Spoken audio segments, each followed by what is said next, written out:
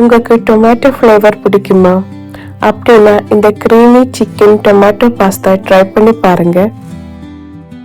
Tomato டேஸ்ட்டும் creamy cheese டேஸ்ட்டும் சேர்ந்து ரொம்ப டெலிஷியஸாக இருக்கும்.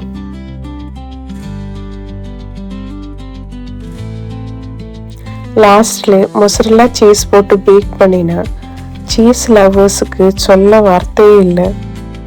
சூப்பர் டேஸ்டியாக இருக்கும். வாங்க எப்படி செய்யறதுன்னு பார்க்கலாம்.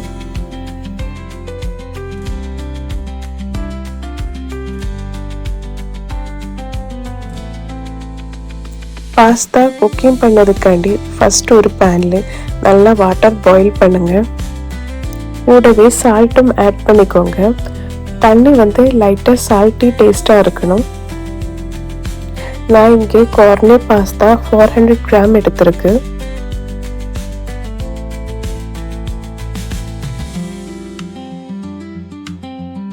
நல்லா குக் ஆனதும் ட்ரைன் பண்ணி எடுத்துக்கோங்க. ட்ரைன் பண்ணும்போது பாஸ்தா வாட்டர் சேவ் பண்ணி வச்சுக்கோங்க. இது சாஸ் ஸ்மூத்தாக வர யூஸ் ஆகும்.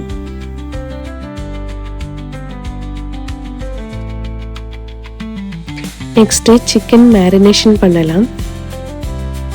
நான் இங்கே 500 கிராம் போன்லெஸ் சிக்கன் ஸ்மால் பீசஸாக கட் பண்ணி எடுத்திருக்கேன். இதில் 3/4 teaspoon salt, 1/2 teaspoon black pepper, 1/2 teaspoon chilli flakes, 1/2 teaspoon oregano, 3/4 teaspoon ginger garlic paste இல்லைன்னா garlic powder 1/2 teaspoon, 1 teaspoon oil add பண்ணுங்க. எல்லாத்தையும் நல்லா மிக்ஸ் பண்ணி 20 to 30 மினிட்ஸ் மேரினேட் பண்ண வச்சுக்கோங்க. 2 medium size onion, 6-7 garlic cloves chop பண்ணி ரெடி பண்ணி வச்சுக்கோங்க. இப்போ பேனில் 1 டேபிள் ஸ்பூன் ஆயில் ஆட் பண்ணி சிக்கன் ஃப்ரை பண்ணலாம்.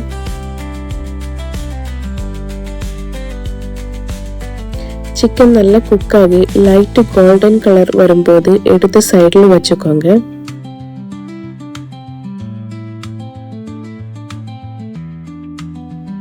சேம் பேனில் 1 tablespoon oil, 1 tablespoon butter add பண்ணுங்க. சாப் பண்ணி 7 கார்லிக் க்ளோவ்ஸ் ஆட் பண்ணுங்க.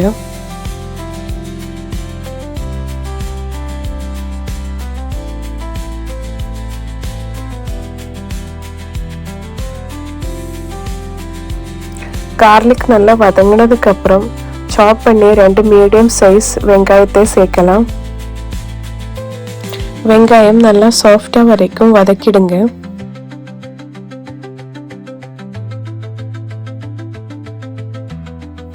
இப்போ 3 tablespoon tomato paste add பண்ணுங்க. டொமேட்டோ பேஸ்ட் ரொம்ப கான்சன்ட்ரேட் ஃப்ளேவராக இருக்கும், அதனால கம்மியாக ஆட் பண்ணுங்க. 1 to 2 மினிட்ஸ் நல்லா குக் பண்ணுங்க. அப்போதான் ரா ஸ்மெல்லே போயிடும்.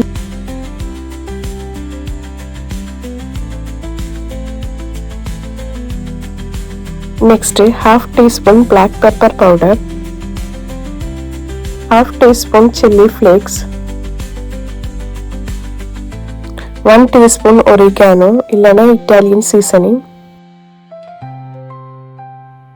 ஆட் பண்ணி நல்லா மிக்ஸ் பண்ணுங்க. நெக்ஸ்ட்டு குக்கிங் க்ரீம் இல்லைன்னா ஃப்ரெஷ் க்ரீம் 1.5 கப்பு ஆட் பண்ணலாம். 360 ml கிட்ட. எங்கிட்ட குக்கிங் க்ரீம் கொஞ்சம் கம்மியாக தான் இருந்துச்சு, 100 ml.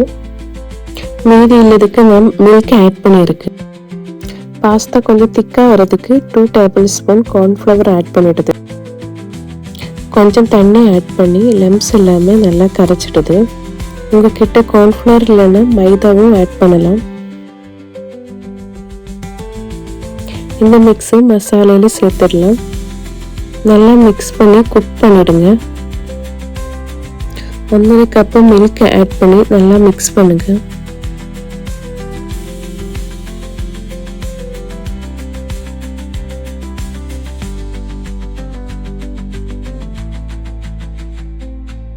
இப்போ 100 ml ஃப்ரெஷ் க்ரீம் ஆட் பண்ணிடுது.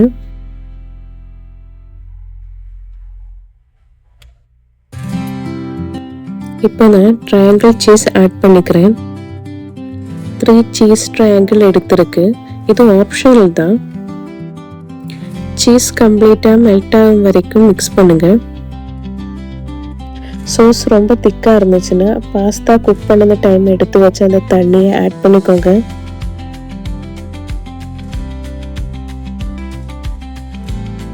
நான் இங்கே ஒரு 1.5 கப் கிட்ட ஆட் பண்ணியிருக்கேன். நெக்ஸ்ட்டு குக் பண்ணிய பாஸ்தாவை ஆட் பண்ணலாம்.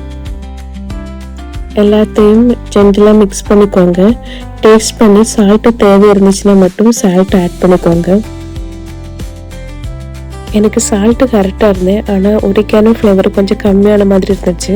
அதனால 1/4 டீஸ்பூன் ஆட் பண்ணிடுது.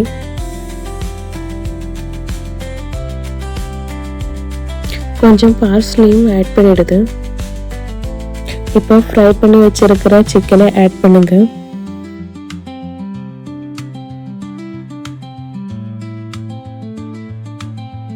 இப்போ கிரீமி சிக்கன் பாஸ்தா ரெடி. நான் கொஞ்சம் பாஸ்தாவை பேக் பண்ணதுக்காண்டி எடுத்துடுது. உங்களுக்கு ஸ்மூத் கிரீமி பாஸ்தா வேணும்னா இப்படியே சாப்பிடலாம். சீஸி ஸ்ட்ரெச்சி பாஸ்தா வேணும்னா மொசரல்லாவை ஆட் பண்ணி பேக் பண்ணி எடுத்தால் போதும்.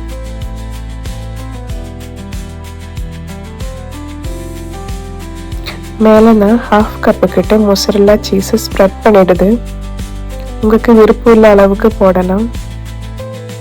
நான் இது 200 டிகிரி ப்ரீஹீட் பண்ணி ஓவனில் சீஸ் மெல்ட் ஆகி மேலே கொஞ்சம் கோல்டன் கலர் வர வரைக்கும் டாப் காயில் ஆன் பண்ணி பேக் பண்ணி எடுத்துருக்கு.